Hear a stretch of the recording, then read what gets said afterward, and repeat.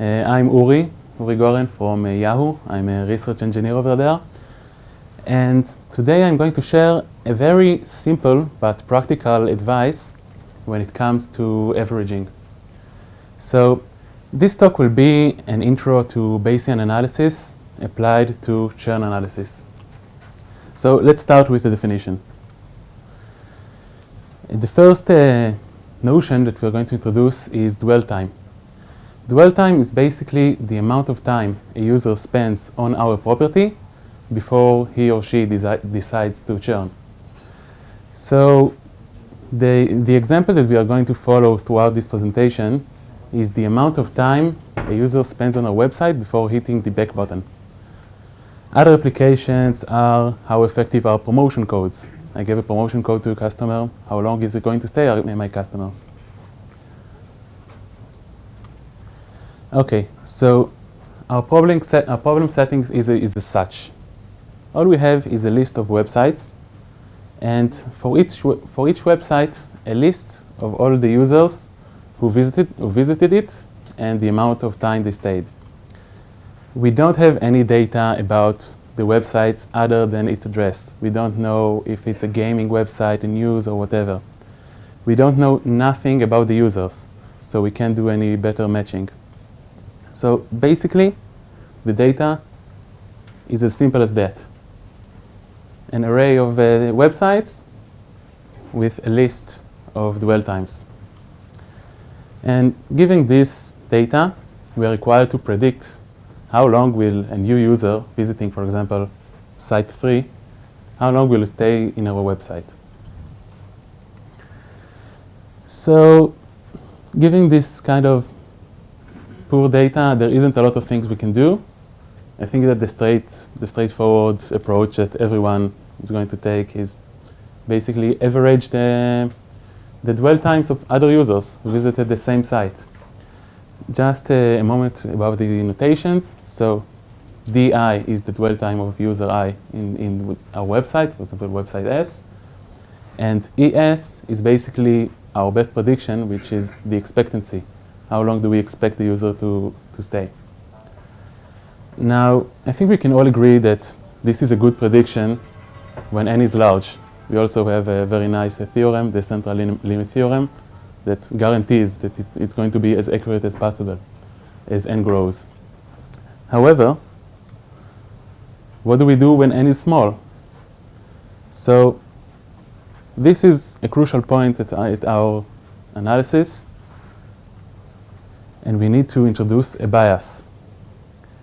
So this is basically two ways you can go. Either you're going to say, if I have less than 30 observations, I have nothing to do and give up. Or you try to introduce some prior knowledge. So here we introduce prior knowledge in the form of pretend visitors. For example, B is our bias. We can try and calculate the overall dwell time across all other websites or any other bias that we want.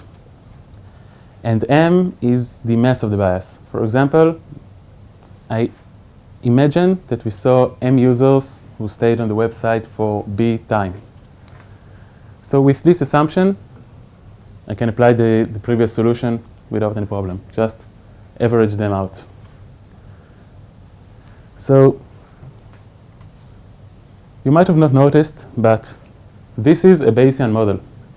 We actually introduced assumptions. We introduced prior knowledge. And with this assumption, we actually went to the Bayesian side. And what are the assumptions that we made? I'm not going to prove it formally because we have only 10 minutes, and also I don't think that important. Basically, we assumed that the distribution of dwell times is a Gaussian. If you want some intuitions as to why is that, you can assume that basically the overall assumption is going to look around B, around our bias. And basically it's going to be as wide as our mass is. So why assume a Gaussian?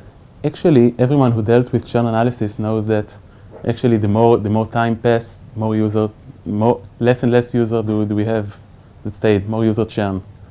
So this is a classical churn rate decay. And it looks kind of an exponential decay from where I'm viewing. So let's try and model it as an exponential decay. So this is the exponential distribution. We have a parameter lambda. And what we try to fit is the best lambda that would fit our data. So with Python, there's a very nice library that I'm not going to talk that much on because Shlomo is going to have a full talk on PyMC. But this is kind of a teaser.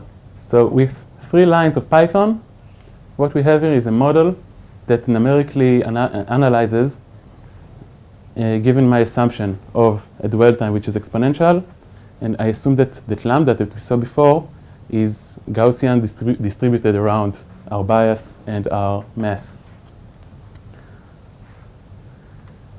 This is where I'm going to cheat and kind of rush over the details. Why should I assume that lambda is distributed as a normal distribution? If I'm going to assume that it is distributed as a gamma distribution, then basically all the math work out and we're going to have a beautiful formula at the end of this presentation. So if the formulas work out, basically, this is not a formal definition by no means, then we call the distribution a conjugate prior. Okay, so given gamma that have 2 parameters, alpha and beta, I choose alpha and beta that have the mean that I want, for example, a 4th. Again, rushing through the formulas, I'm cheating a bit. And at the end, I know that the distribution, given the assumption of the exponential likelihood and gamma posterior, is going to look like that, which means the initial alpha and the amount of dwell times that I have, and the denominator, beta, and sum of 1 over the dwell times. If I rephrase the parameters as alpha is now called m, and beta is now called m divided by b, whoa, I get this formula. Maybe this rings a bell for those of you who have some experience in physics. This is called the harmonic mean. The harmonic mean basically pops its head when averaging speeds or decay rates. For example, if I traveled here half the way in 100 miles per hour and the other half in 50 miles per hour, my average speed is not 75 miles per hour, it's actually 66. What is half of the way distance-wise? Half of the way distance-wise. Okay, so this is what I expect most of you to take from these lectures is not the gamma distribution and exponential function and what have you. It's just when you analyze data, first, try to plot it. If it looks centralized, then basically the straightforward mean should be good enough for you. But if it looks like an exponential decay, maybe the harmonic mean is a better fit. So that's it. Hey everyone, I'm Ohad. I work at Ever Compliant, originally from Ben-Gurion University.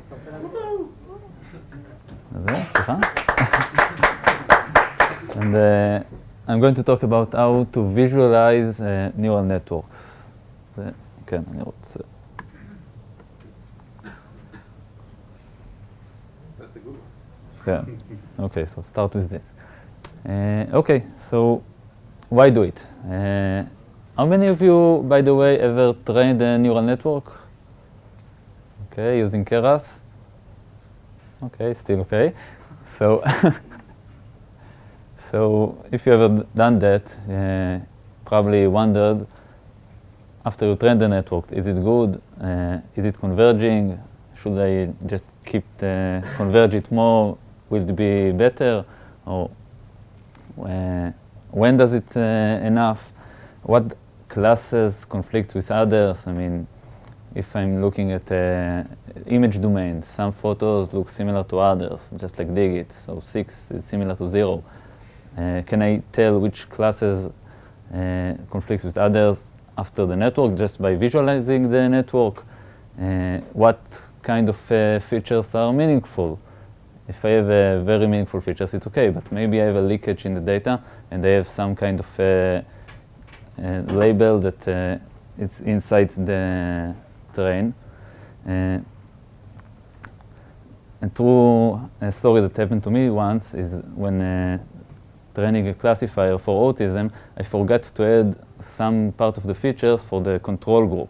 So I built a neural network. I got close to 1 accuracy, but when you visualize the data, you see that when there is no features as part of the data, it goes one way, and if there are features, it goes the other way. So how can you tell that beforehand? So I'm going to introduce some kind of feature which helped us. The use case for the story will be the MNIST data. I hope that you're all familiar with it. It's basically just handwritten digits, and the goal here is to classify each digit to the actual digit, the photo of the digit to the actual digit. So for this, we're going to build a very simple neural network model.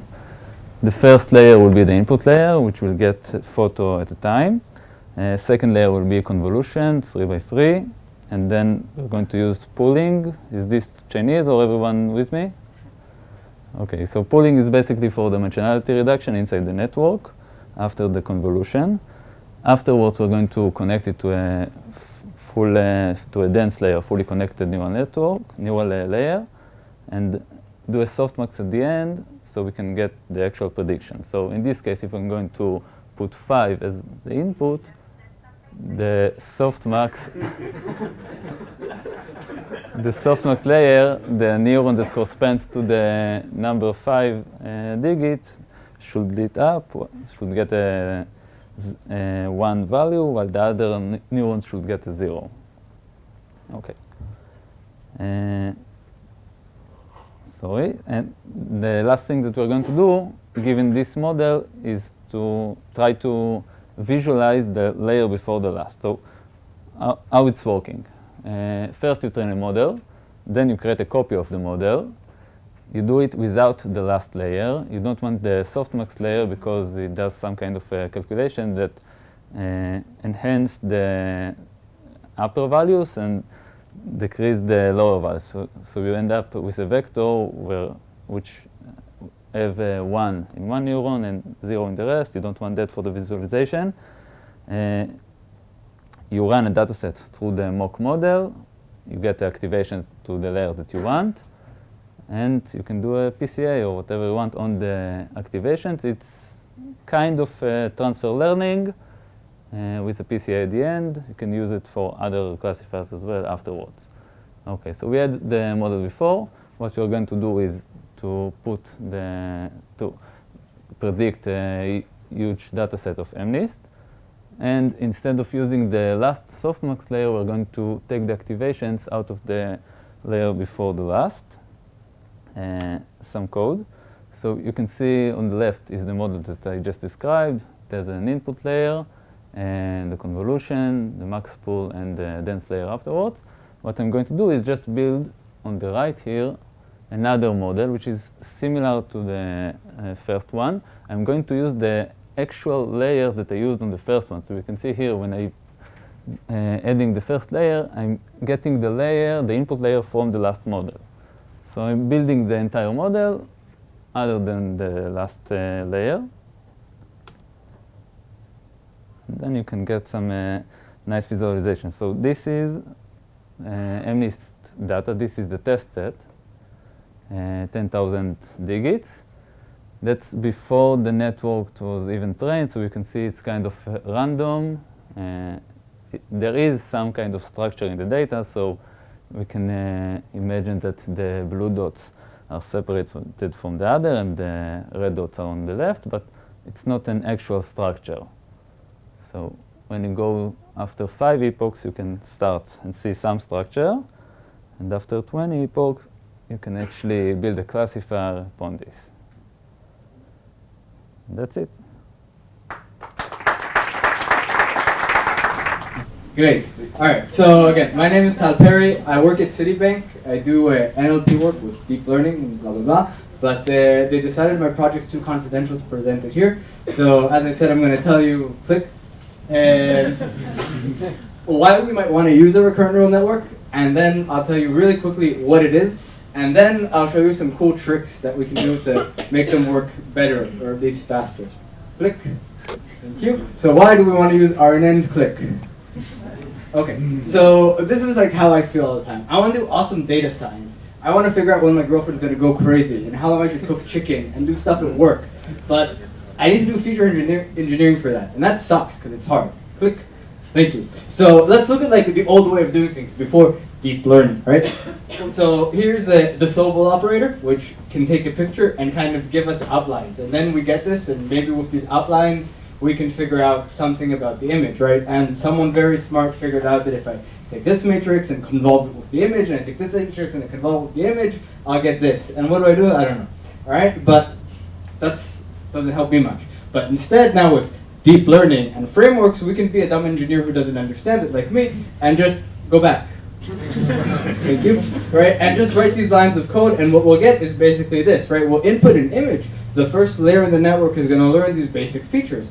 And the next layer in the network is going to learn these basic features, these more advanced features, and so on and so on. And what the network's really doing is kind of learning these, in this case, right, is learning these matrices by itself. It's figuring out how to extract features. So it's doing the feature engineering for me. I just need to tell it, I guess, the architecture, right? And it'll do the hard work for me. Click. Okay. So the thing is that my data, like what I work with really is chat, and my data is sequential, and I want to make sequential predictions. But the tools that I just described, they don't work so great for sequences. Half true. Click.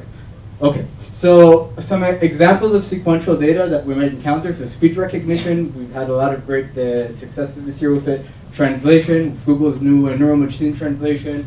Autocomplete. So here's a great example of shitty autocomplete sequential data, right? He wrote something and he needed to predict the next word, and it was supposed to be deer, but the machine predicted dead, so that's crappy. Or maybe the stock market, right? We all want to predict what's going to happen tomorrow and make tons of money. And for our Hebrew friends, this is a project I did once to add the nikud, the accretization marks to text. So you have things that don't have nikud and you want to add it. So sequential problems. Next. Okay. And the thing is with sequences, right? Sequences can be really short. They can be really long. And in longer sequences, we have like dependencies over time at different levels. So what was the previous word? But what did we say 2 sentences ago or 2 paragraphs ago? And we somehow want to capture that. Click. Okay, so here's a really, really cool example of RNNs in action that kind of illustrates long-term dependencies. So I stole it from Karpati, his amazing blog post. If you don't know him, he's like the Ron Jeremy of deep learning. I love everyone who got that joke. Okay, great. So what he did basically was he built a model. He'd feed it character by character text. He fed it the Linux source code. And what he asked the model to do was to predict what's the next character going to be each time. And after he trained the model, then he took the model, gave it a character, it predicted something, put that prediction back in, had it give another output, etc., etc. And what the model came out with was, stuff that looks like the Linux source code. So that's pretty cool, but we could have done that ago with, I don't know, hidden Markov models or other CRFs. But what's awesome with this and kind of special is that it captures these long-term dependencies, right? So if you notice, it opens an indentation after the function declaration, and then at the if, it opens another one, and it knows how to close it. And at this if, it kind of remembers where I'm indented, which is something that I'm not familiar with other models that are good at capturing this. So that's kind of the amazing power of recurrent neural networks.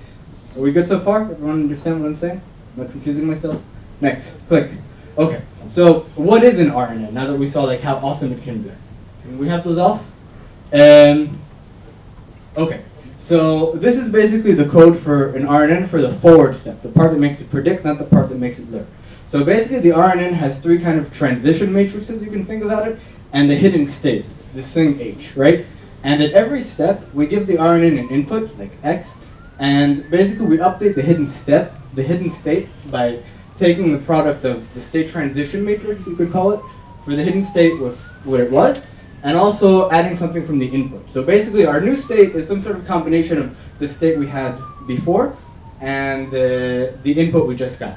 And once we updated our state, we're gonna we're gonna use our new transition matrix and the new state to get an output. And that's pretty much what an RNN does. And then working with it is just kind of iterating over the inputs with that thing again and again. Now, why is this so great? And if you didn't get that completely, I apologize. If you think about like a regular model, if we wanted a sequence, we'd need a parameter or some way to input something for every step in the sequence. So it means we need a lot of parameters, and it means that we can't really grow arbitrarily to different sequence lengths. But the beauty of the RNN is that the only parameters it has that it needs to learn is the matrices, or the hidden state, so-called. And then we recycle that. We use it every step, every step. So instead of having parameters that grow linearly with the size of the input, we're constant in the number of parameters we need with regards to the input, which means that we can do arbitrary steps or arbitrary sequences. That's a great success. Click. Okay, so one of the things we want is kind of to add more of a memory thing. And the reason is that RNNs behave poorly mathematically. I won't exactly go into it. So some really smart people invented LSTMs, which is instead of having that one H that we saw there, you get this thing. These are the equations that define it. We won't jump into them, but it takes 15 minutes to learn them and 2 to forget. Click. And basically what it does is it kind of has this thing, all right, I saw an input and this is what I'm going to take from it. And I saw an input, so I should forget some stuff, right? That's what this cell does. So if we go back to the Karpati example, then he kind of sees, okay, I saw a bracket, bracelet, whatever, right? So he says, I should remember this, I should indent. And he sees another one, I should remember this, I should indent.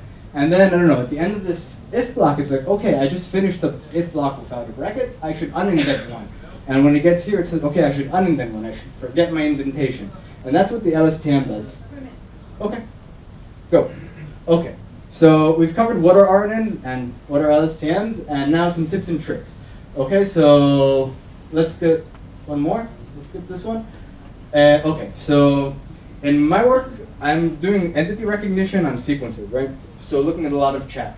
And basically we label all the sequences ahead of time, so mostly stocks. And then we want the RNN or the network to be able to recognize them according to the context that they appear in.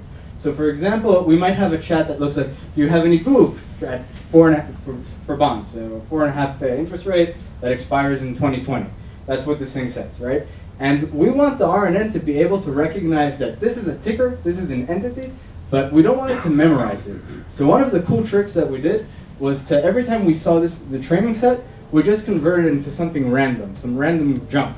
And the next time we saw Goog, we also convert to something random but else. So what happens is that the network, every time it encounters a ticker, it gets no information from the actual letters in the ticker. It has nothing to learn there, and so it has to learn only from the context. And then what we notice is that we get these really nice things that it realizes, all right, if I have a rate and the maturity, which is these entities in our world, then the thing that precedes it must be a ticker. But we didn't tell it that. It didn't have to learn those rules. And then we found that it can tell the difference between things that are kind of that can be a ticker or a country, like Russia. It could be a bond, it could be a place, depending on what we're talking about. Go back one. Okay, so last trick. So in the wonderful Bible, the deep learning book, right? One of the things they say is that the learning rate is perhaps the most important hyperparameter. If you only have one hyperparameter to tune, work on that one. For those of you who don't know, the learning rate, basically in deep learning, general learning, we kind of we make a prediction and we look at the gradient that we get from the error, right? And we try and correct according to that. The gradient kind of gives us information. The learning rate says, how much of the information am I going to update with, right? How much do I trust it, kind of? And one of the things that really helps with training a network is kind of decaying the learning rate over time. So sometimes I'll start with a high one, and I'll have it slowly decay.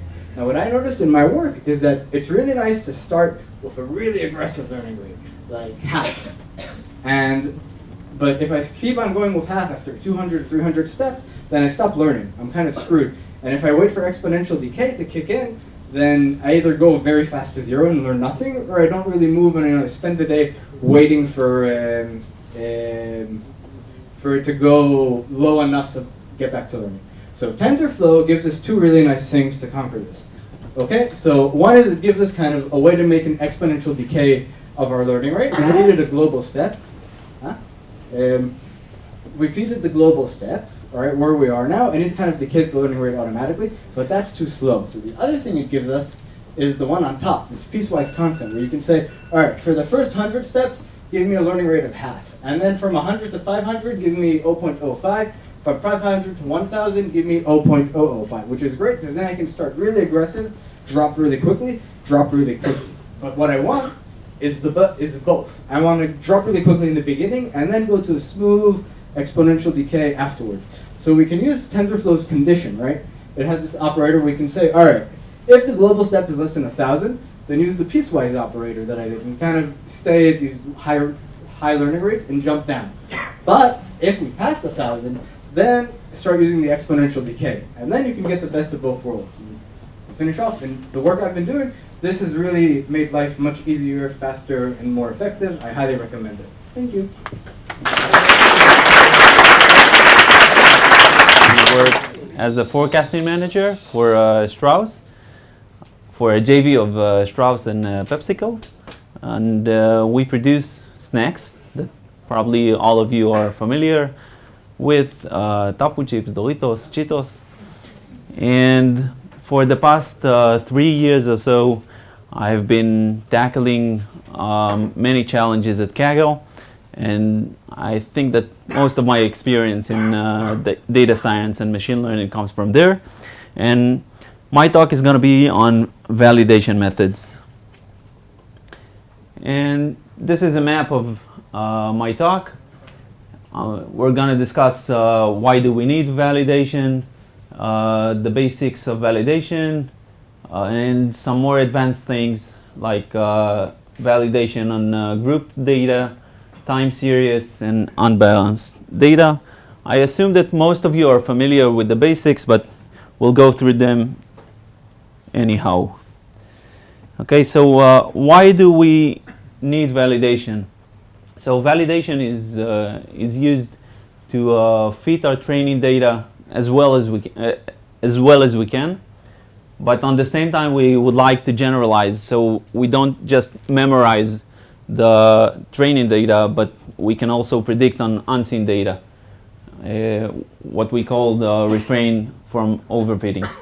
And we use validation on selecting the best model. We also use it to select the best hyperparameters and on early stopping decision. In the graph here, we can see that we have a training score which deteriorates because we use read, which uses we use read, which is a regularized model, and therefore our training score deteriorates, but our cross-validated score increases. Okay, so the basics of validation. So the very basic model for validation is just to keep some of our training data as a holdout sample. What we can see here is just randomize the sample, and we can examine our the model that we trained on the holdout sample and test our performance on what is unseen for the model. So while train test split validation is very common, its main benefits are computational efficiency and simplicity, but it has two disadvantages. For first, we're losing large amount of data. In order to get robust results on our validation, we have to set aside enough data. And if we set aside a large amount of data, so we're not using it in order to learn, and this is a big disadvantage, especially on small data sets. And we might suffer from skewness and bias. The solution that we have for losing data is using cross-validation. We can split our data into pieces. I assume most of you know this. Suppose we have 5 folds, so we can use each one of the folds for validation. Each one of the pieces that we set aside as validation for one iteration of training, and we can average the scores of all of them in order to get a more robust validation score that will tell us better what is going to be our actual score. The solution that we have for skewness or bias depends on whether we're doing regression or classification, is using stratification. Suppose we have a target variable that is either 0 or 1, but we don't have equal proportions of them, or one of them is sparse. So we can have the same proportion of each of them in each one of the folds. Is that clear? Great. So what happens if our data is grouped? If we have some sort of group that characterizes our data.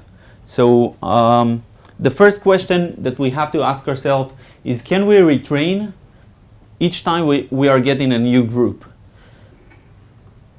If the answer is yes, so we can keep on using either k-fold or stratified k-fold.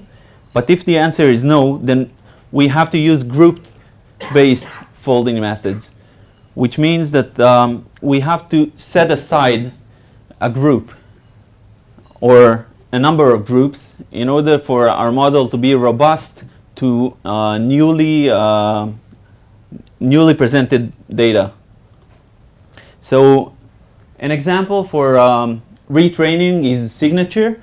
Each of us, when we go to open an account in a bank, we are asked to give several signatures in order for the machine learning there to learn our signature and our signature style, and they can retrain the model for our signature.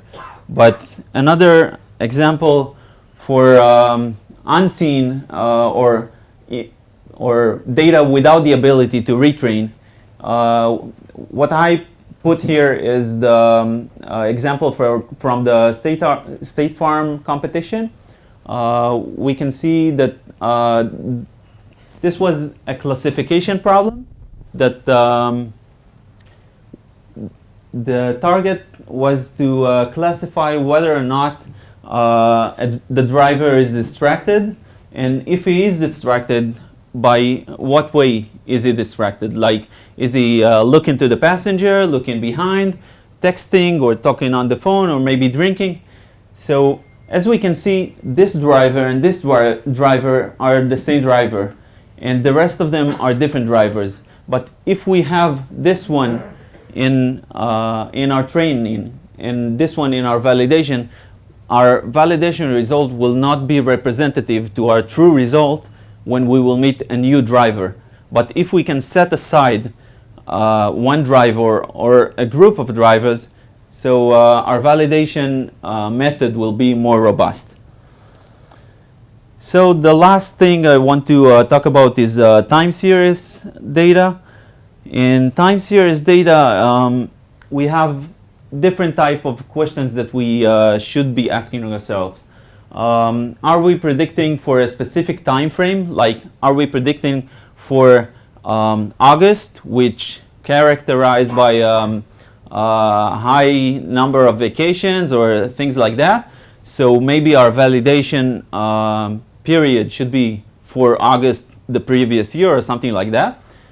Are we predicting for only future events or also for the past events? And if we're predicting for future events, then we have to set either a sliding window or anchored sliding window so that we only capture the meaning of future events and not for past events. We have to remember that if we use just random sampling, it's more like an imputation problem rather than true prediction. And I think that's about it. Thank you. Any of you has any questions about validation? Thanks. טוב, אני רפי מקורוס. I'll move to English now. So Micha, I think, introduced us a few minutes ago. I'm going to talk about, wow, that's awesome. You know, the first rule of deep learning is don't talk about deep learning. So I'm going to do something completely different. How to detect engagement in call recordings. Okay, so what's Chorus AI? Who here heard of Chorus AI? Come on, seriously, you're not listening. We're the sponsors. So we're a really cool startup. We are in Tel Aviv and San Francisco. The team in Israel is mostly development and research, so the cool stuff. Last week we announced our Series A, so you know, it's a good place to come work in. And what does Chorus do? What is a Chorus? Nobody knows the meaning of the word in, you know, Israelis. So what we do is conversation analytics. What does that mean? So we automatically record sales calls. We help find and share things in your calls that matter. And I have a tip for you. Data scientists are basically salespeople. What you do is analyze data, but this isn't the purpose of your work. You want to help people, provide them insights, understand what they want to do with the data, and you usually do that by talking to them and having calls with your customers, whether they are in your organization or out of it. So having sales skills, recording your call is going to help you do that, whether you do it with Chorus or just recording it. In case of sales, you want to understand the true state of a sales opportunity. You want to be able to hand off a sales opportunity to another salesperson in the organization without explaining all of the details. And you want to become a better salesperson all of the time. You become better by creating sales playlist with the best practices, with how to overcome objections. Let's say you're selling Bayesian data science tools and somebody is wondering about the average. So if you have a killer answer that one person answered once, the entire team can learn this and use it next time that they encounter this. So we can get better by looking at what other people in our team did. Just to sum this up, currently we have millions of salespeople in the States having a lot of meetings with their customers. In the past, this data was some kind of black box. Nobody knows what happens in it. Nobody can analyze it. Using Chorus, you can unlock this data. We provide a lot of value over the data, which can then be utilized by the salespeople, sales manager, and data scientists in the teams of those customers. So this is Chorus, and as I said, we are going to record your sales calls. Now, imagine you're the head of product. Anyone here is the head of product? You can be the head of product and be a data scientist. I have news for you. So imagine you all got promoted right now. Sure, send me your CV. What do customers want your product to have? You need to know that. What do they love? So what's the best feature in your product? What do they hate? What do you need to take out? What do you need to make better? And still, data science is the same thing. You're basically selling a product which is data science. So you need to be able to identify what's working and what's not working when you talk to your customers and when you pitch your data science project. Now, I'm sure that no one here is the VP of sales, okay? Yeah, VP of sales pays better, I'm telling you. So you want to know, what do salespeople say that makes people go, oh my gosh, wow, we need that. And now, I didn't find that recording today when I was building the lecture, but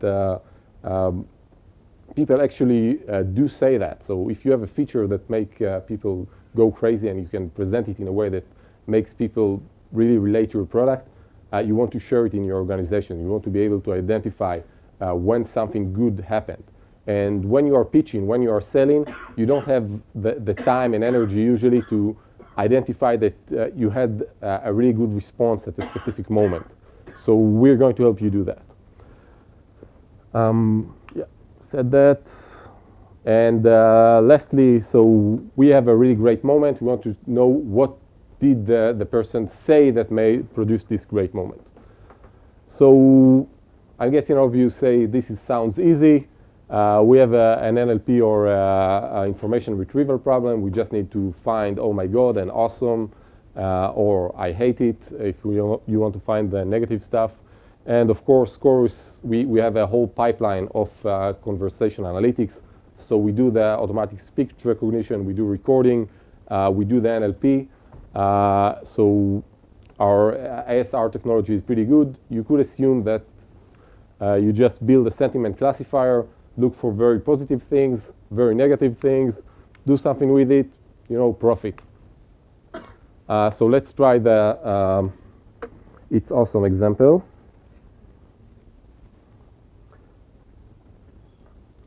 So let me play this again. And we have another type of awesome. So can you repeat what it said? Both of them are saying awesome. I don't know if you guys heard it.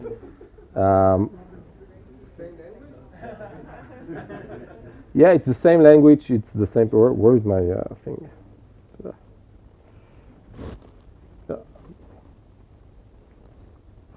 Yeah, I think Dell is having a problem with the screen. Give me a second. Anyone here from Dell? Come on, raise your hands. It's your fault. No, there are at least 6 of them that I saw. Okay, now I'm here. So we had the first one that said excited, awesome, that's great. And then we had the other one, yeah, that's awesome, yeah, that's awesome. So one of them is waiting for the pitch to end. The other really part of it is really liking what's happening. So we have the not awesome. Awesome. The tone is totally flat, like it's awesome, man. Yeah, it's awesome, totally, dude. And fun fact, I don't know, people in information studies, so people can say positive words in a tone that conveys another meaning. It could be the total difference. What is it? Why is Git popping up on my screen? So another fact, this can actually be a cue. This could mean that the person listening to your sales pitch doesn't want to buy, is just trying to let you off easily. He's saying, yeah, that all sounds awesome, but right now we are not going to look for this kind of engagement, this kind of technology. We're going to go in-house. So this might actually be a very valuable cue for you as well. This is really not working. So how can we tell awesome apart from the not awesome? When you do speech analysis, one of the main features you work with is pitch. I'm not going to explain pitch too much, but this is like the basic currency of speech analysis. And we can extract it with open code tools to get the frequency in these little time slices. So we can get numbers. The numbers vary between 50 usually to 250. And this is the pitch. You know this as low pitch, high pitch, being different. And now what do we see here? We have the 2 awesomes that we have heard before. One of them is this and the other is this. Notice that it's the same person, so it even has the same shape. But if you analyze the data, you can see that one of them is very flat. The standard deviation is very low. The range is small. It's only 80 to 100, while this goes from 50 all the way to 140. So if you analyze the pitch, you can build a model to identify the difference between awesome and awesome. Was that like an average frequency at each time? Sorry? Was that an average frequency at each time point? This was the frequency at, you know, each slice, like half, I don't know, it's 10 milliseconds. Okay? Oh. Yeah, so just before I end, you can identify using this. This is now 20 seconds. It's an all utterance, and you can identify easily where the stress is. So if I'm saying awesome here, it's not that awesome, but if I'm saying awesome here, it's pretty good. And of course, in real life, we have all sorts of pitch contours.